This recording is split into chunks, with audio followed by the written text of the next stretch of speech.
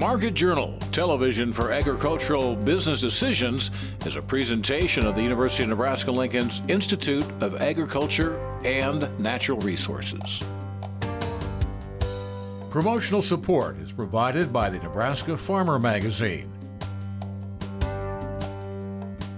Partial funding is provided by the Nebraska Soybean Board and the Nebraska Corn Board.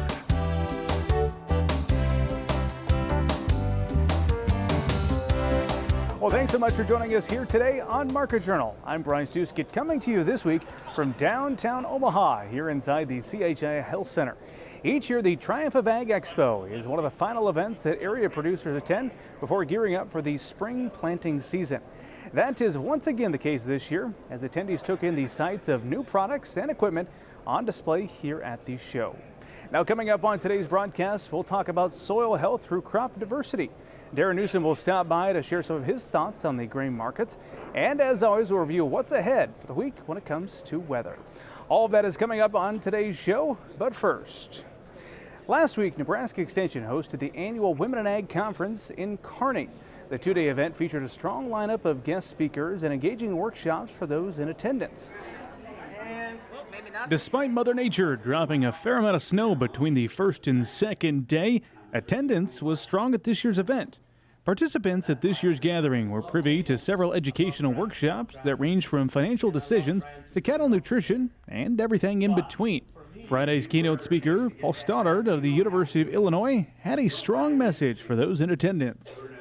First of all, this is an enormously volatile industry, and I think the non-farm public doesn't always understand how much volatility there is, and by that I mean the income stream varies dramatically from year to year. We're at a bit of an inflection point. We've coming off a couple of years that are really, really good. It looks like, by most projections, like 2023 will still be a profitable year, but much less so than 2021 and 2022. Another topic of interest that hit close to home for many attendees was a workshop devoted to advocating for early childhood education in rural communities.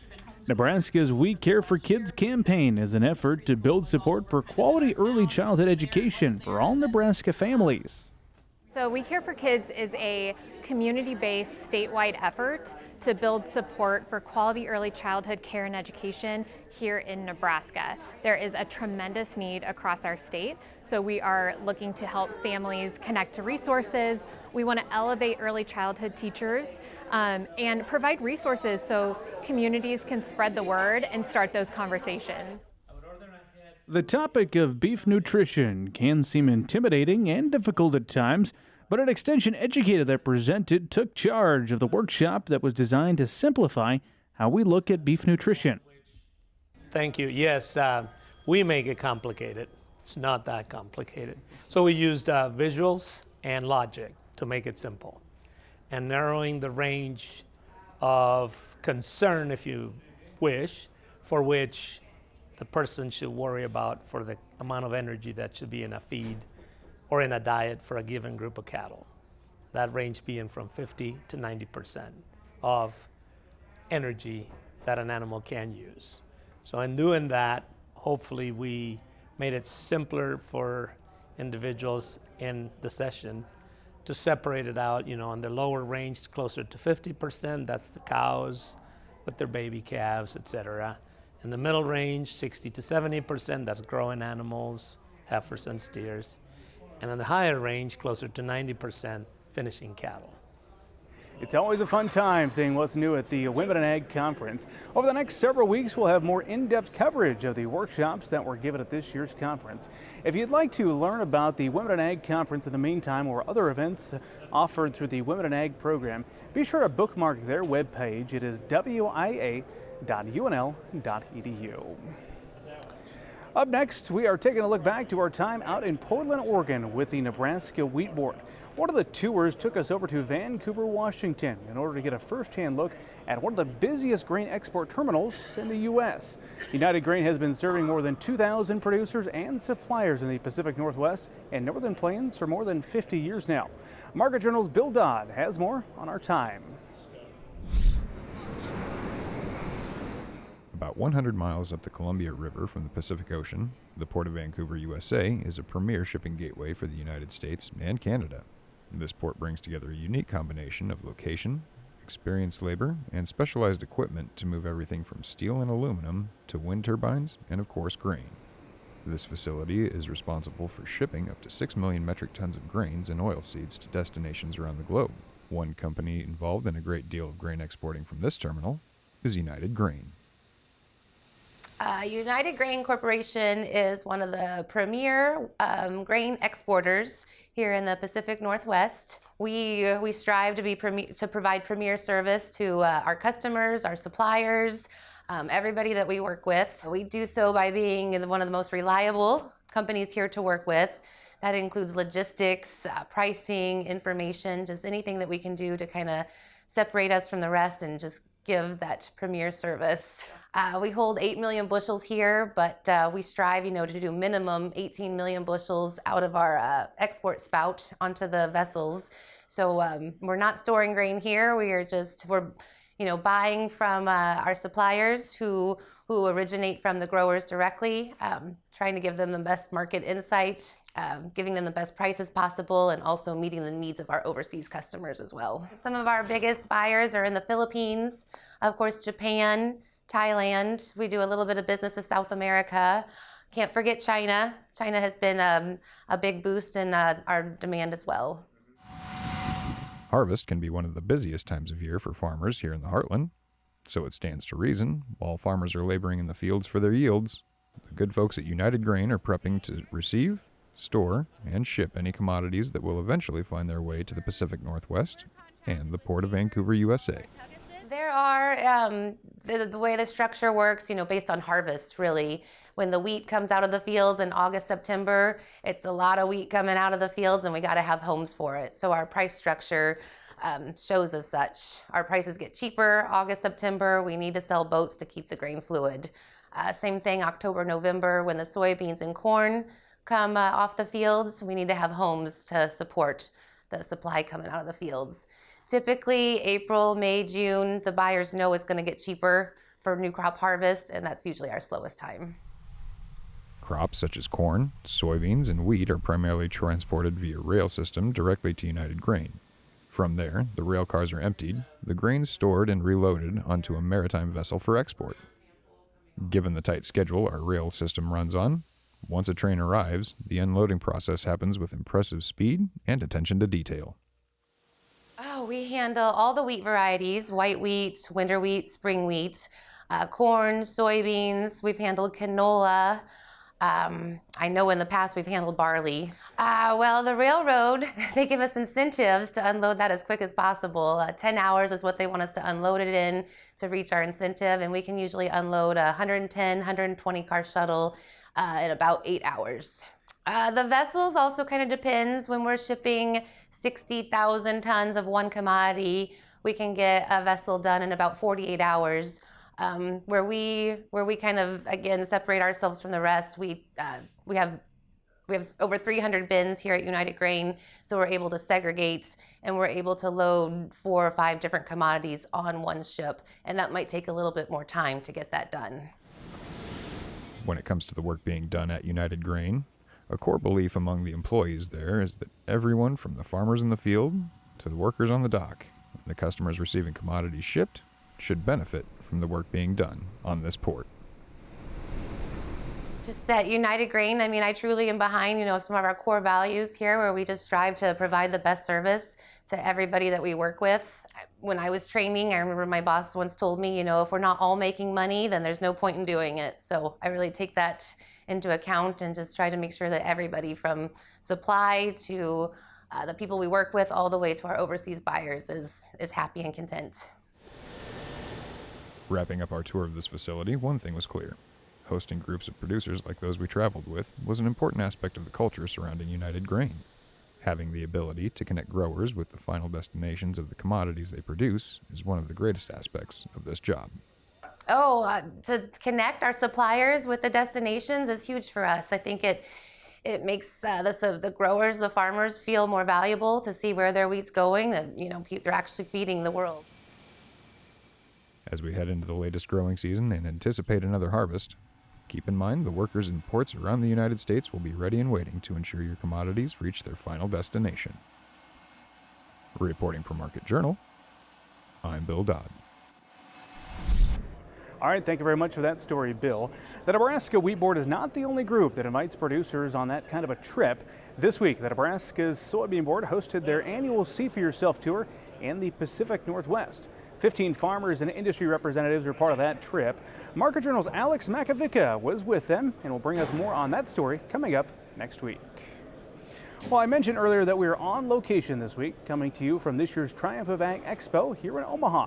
A bit earlier this week, we were able to catch up with Darin Newsom at the show to discuss the latest when it comes to the grain markets. Here's our conversation from Wednesday afternoon. Well, here at the Triumph of Ag Expo, we are joined now by Darin Newsom. Darin, great to see you. Thanks for making it out here to the show. I appreciate you having me on again, Bryce. Well, first, how are the conversations with producers? How are people feeling as we kind of gear up for the next growing season? You know, I think the mood was good. You know, we did our meeting there. We did our podcast, and you know, it seems to still be an upbeat, pretty much an upbeat sense here as we head into spring. So, you know, that's good to see. There's been a lot of years at the Triumph of Ag that just simply hasn't been the case. But you know, this year I think there's still a great deal of optimism. Yeah. Well, I got a few questions that I want to bring up on today's broadcast, but a few of them have centered around what's happened to the markets this week. So kind of size up your opinion on what we saw. Tuesday saw a bit of a down day, a little bit of a rebound here on Wednesday. Yeah, the biggest thing that we saw is that we've seen a great deal of fund selling to really pummel these markets here through late February. But then once we got, say, early mid-morning of March 1 on Wednesday, those orders were done. They'd all been filled, they'd moved out of the market, and so that creates a vacuum. And you know, commercial traders, they still need supplies. You know, there's still tight supplies of corn, still tight supplies of soybeans, so they step back in. We saw it in the spreads, and sure enough, markets rallied, and in some cases we saw very sizable rallies. So this could go on for a couple, 3 days. Longer term, we haven't really changed the trend yet. I still see downtrends basically wherever we go. But short term, daily charts, weekly charts look a little bit more bullish here as we head home midweek. So you're seeing a downward trend. Let's start on corn. Yeah. Where do you see that market going? What are the factors leading it down in your opinion? Yeah, a couple big things. Number one, if we look at the cash market, it's been dropping here recently. We've seen some pressure. We've seen some slightly weaker basis. We've seen futures markets going lower. So the net result is cash markets going lower. Demand is slowing down. We still have plenty of cattle on feed. But as we moved through February, it just seemed like there was fewer than there was at the beginning of the month. And then we've got ethanol demand hasn't kicked into its seasonal highs yet. And exports just can't get rolling. At some point they might, they just haven't yet. So you've got all three legs of demand weighing on the corn market, and that's pulling down the cash. On the new crop, December got very interesting early in midweek because the key was 561 3/4. If it broke that and then hit 560, that really needed to hold. If it didn't, then all of a sudden the doors opened up to 540 and 545. So we saw it midweek. We saw it get down to something like 544, something like that, 544, 545, and it stopped. 565, and it stopped. And then it started to rally again. So for now, it's held those lows. We'll see if it can continue through the spring. How about for soybean? You're also seeing a downward pressure there? I am still seeing a downward, I'm still seeing a downtrend in soybeans as well. This is partly seasonal because this is the time of year when Brazilian soybeans start to displace U.S. beans in the global supply and demand picture. And we have seen shipments picking up out of Brazil. And I think really our eyes kind of opened up a little bit with the latest weekly export inspections number. It was down 56% from the previous weeks. And again, it is the time of year, but that's still a sharp drop. And we need to continue to see shipments. We still need to see export business. I know we've got crush going on here in the United States, but we really need to keep our exports together as long as we can. The rain continuing to fall in Brazil as long as it can, so we can move as many of these beans as we have. Darin, you mentioned the exports and the infrastructure down in South America. China has actually invested quite a bit to make sure that they're able to get exports out of South America to China. One of the questions the producer asked you, had a chance to hear some of your thoughts, was about the U.S. and Chinese relationship. Seeing some tension be built there. Long term, what are your thoughts on that? How bad could that relationship get? Right now, it doesn't look like it's going to get any worse than it was between 2017 and 2020. And China doesn't want to buy from the United States. At that point in the year, the U.S. became a secondary supplier of soybeans to China. But when there's weather problems, in the last couple of years we've seen weather problems in Brazil, and they were really counting on, China was really counting on a record crop in Brazil. But it just keeps raining, so they have to keep buying from the United States. They have to keep shipping from the United States. So as long as the rains continue to slow harvest, as long as it makes it more difficult for those beans to get to port, begrudgingly, China's going to have to pull some soybeans from the U.S. Their people can't go hungry. The chickens need, the chickens that they're going to turn into food have to have soybeans, have to have soybean meal. All right, let's wrap up here with some rapid fire questions on old crop, and we'll get to new crop. Your thoughts on old crop? Should we be moving more at this point? I wouldn't move it right now, but basis is still strong. If I want to do anything, I'd probably lock in basis, both corn and soybeans.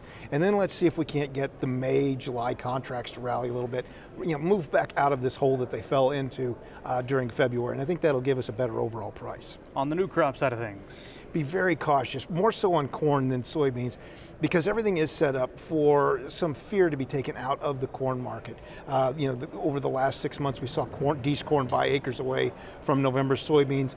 We've seen weather patterns seemingly change. So while we need to see if that D's corn contract can hold 560, and if it does, fine. If it doesn't, it probably falls to 540. I don't want to sell anything right now, but if it does start to move below 560, I probably want to get something on the books, maybe just using some options or making some sales down there and then do some options at a later point. All right, Darin's final word of the week. What would you like to leave us with? Final word of the week, fundamentals have not changed, at least not right now. As we sit here today in early March, fundamentals are still long-term bullish, corn, soybeans, not necessarily wheat, but corn and soybeans. That hasn't changed. It could change. It could change as we move deeper into 23, but that's still the underlying theme, is that fundamentally both markets are still bullish. Thanks for the time, Darin. Appreciate it. Thanks, Bryce. Thanks again to Darin for his time. Now, coming up next week, we'll be joined by Jeff Peterson. He's the president of Heartland Farm Partners. As always, if you have a question you'd like me to ask Jeff, simply email us, and I'll be sure to pass your question along. Well, Larry and Tammy Zobel of Bancroft, Nebraska, and their family have always dreamed of marketing some of their home-raised pork and beef directly to consumers. With the entire family involved now, the Zobels have made that dream come true over the past couple of years with the founding of their new company, Zobel Family Farms, and the opening of a new on-farm retail store. You can read more about the Zobels in the March issue of the Nebraska Farmer. Well, it is now time to check in with Market Journal weather analyst Bill Boyer. Bill, I know it is early, but some of the recent weather has folks around this show anxious for spring to arrive. Are warmer days ahead for us? Well, I won't make you wait long. The answer is no. We don't have a warm-up coming, that taste of spring that we're all looking for. I could see why, though. We've had some milder temperatures that's really eroded our snowpack. You could see areas that we did have some snow out here. Those have started to diminish now, and it's just in far northeast Nebraska that we do have some snow left in on the ground in those areas. But we're going to be dominated this early to start the week by colder than normal temperatures and some snow chances that are going to spread across the middle portion of the country and get used to this colder than normal temperatures. You're going to notice a recurring theme here. Look at our 8 to 14 day outlooks. This takes us through next week. A really high chance of below normal temperatures through a large portion of the middle of the country. Almost the entire country has colder than normal temperatures as we're going to be dealing with cool temps really coast to coast into next week, and above normal precip chances for us. So a period of time where it's going to be wet and cooler than normal. And if that wasn't enough, we'll continue the pattern going, take you out through the month of March. Our 30-day temperature outlook below normal temperatures, and even a couple of areas of Nebraska, the far western areas and northern areas, above normal precip for the month of March as well. So all in all, an active period of time coming our way, and that's going to continue to be the case as we go through the month of March. The good news is it's helping our drought. The latest drought monitor shows exceptional drought conditions in a small pocket now of northeast Nebraska, and that's surrounded by some extreme drought conditions into the sand hills. And then really the North Platte River Valley in the Panhandle down through southwest Nebraska still under some extreme drought conditions. This is all improving, and we're going to continue to see improvement of that as long as we continue to see above normal precip. and that's going to continue this week. Let's start off with this morning. Not much going on. Some quiet weather conditions here across the middle portions of the country. Notice what happens as we go Sunday night into Monday. We start to see that Pacific Northwest flow and some pieces of energy continue to feed off of that. We start to see some snow showers possible in the west on Tuesday and Tuesday afternoon. Right now, forecast models are to push that across the state on Wednesday. You can see that moving. State boys basketball, of course, in Lincoln this weekend, and a lot of folks will be traveling Wednesday, Thursday. Want to keep an eye on that potential storm system. It moves off to the east, and as we go into Thursday night, that pushes away from us, that whole entire system, and then it's just in time to catch another system coming on shore that looks like it might be here by next weekend, bringing us some more snow and rain forecasts to our area. Temperatures are going to be nice. These mild temps off to the south of us today push up into our area on Sunday, only to be replaced from northwest to southeast Monday into Tuesday and Wednesday and Thursday. We beat those temperatures back off to the south of us, and we're replaced with colder temps here in our area as we go into next weekend. As we look at precip totals, we're going to see a decent amount of seeing some moisture again this week, and that could equate to several more inches of snowfall. You'll want to check back with your local forecast for more. So in a short answer, Bryce, no, it's not going to be warmer and dry for the next several days. Sorry. All right, thanks for that update, Bill. Finally today, earlier last month, Nebraska Extension held their annual Soil Health Conference. One of the guest speakers was Iowa State's Dr. Marshal McDaniel. He is a soil science expert involved in sustainable agriculture and environmental science. At the conference, he discussed the work that's been done with crop diversity. We're able to catch up with Dr. McDaniel shortly after his visit to the Cornhusker State to discuss his research and what it could mean for producers. Dr. McDaniel, set this topic up for us. You recently presented at the Soil Health Conference. What do you mean by rediversifying crop rotations?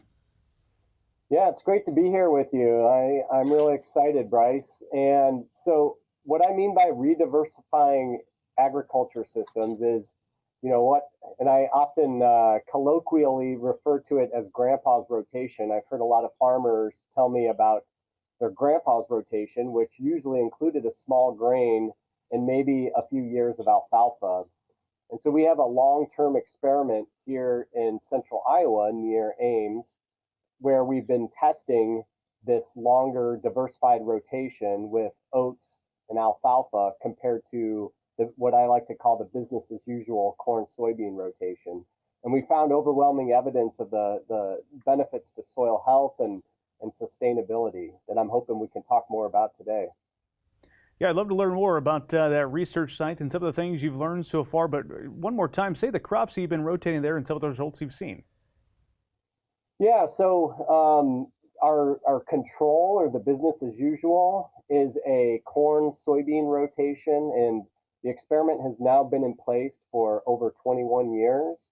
So we've got a long history of looking at these management effects on soil health, but among other responses, including pest management, weed management, economics, other kind of performance indicators, including yield, crop yield being one of the major data sets we collect.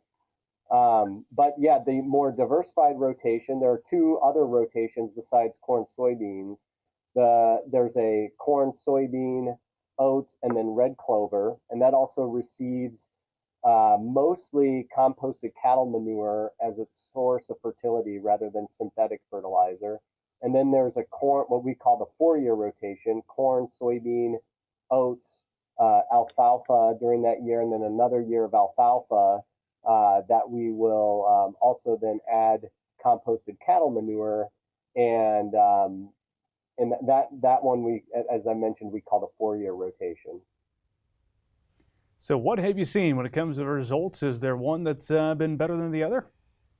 Oh, absolutely. It's, if you look across the board with all these kind of performance indicators, especially soil health, there's more microbial activity, there's more earthworms, the penetration resistance, or the kind of pressure that crop roots encounter when they're growing in the soil is lower, which is better under the 4-year rotation compared to the 2-year rotation.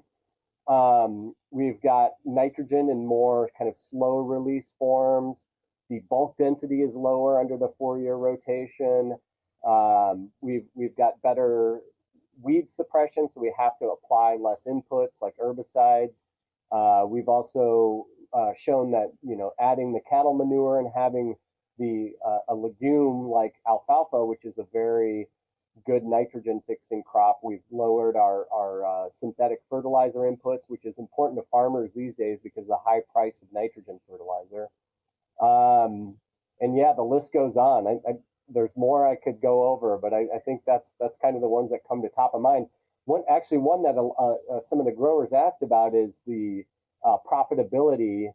And if you look at all things considered, the profitability is a little bit higher in the 4-year rotation, although it's not, we called it statistically significant in kind of academic jargon. So if you look at a plot by plot level, it's not statistically significant, but on average, a little bit more profitable. Okay, well, you set this up. Seems to be the more profitable route and improving soil health to go with one of those other rotations. What's your suggestion at this point with all the years of research you have to Midwest ag producers when it comes to their crop rotations? I would look for any way to diversify, and by diversify, I mean integrating livestock. We happen to do it with by adding composted cattle manure, but I saw a couple great talks when I was out in Nebraska. Some people are grazing cattle out on their farms, and that's a way to have an automated manure spreader out in the field rather than having to add the compost with machinery. And so that has benefits as well. So kind of reintegrating livestock, but also adding the small grain, and a crop like alfalfa or a legume like red clover has a lot of benefits in reducing fertilizer inputs and having these other benefits to soil biology and soil health. Now, if you'd like some more information about the work that Dr. McDaniel is conducting, we've included a couple of informative links along with this story. You can find them on the Market Journal website. Well, that is going to do it for this week's broadcast here at the Triumph of Ag Expo in Omaha. Keep in mind, if you did miss a story, we post all of our content on our YouTube channel. You can also follow Market Journal on social media. We hope to see you back here next time. Until then, I'm Bryce Duskett, wishing you a safe and productive week. Join Market Journal online at marketjournal.unl.edu. You can also follow us on Twitter, Instagram, and Facebook. Promotional support is provided by the Nebraska Farmer Magazine. Partial funding is provided by the Nebraska Soybean Board and the Nebraska Corn Board. Market Journal is produced by the University of Nebraska-Lincoln's Institute of Agriculture and Natural Resources.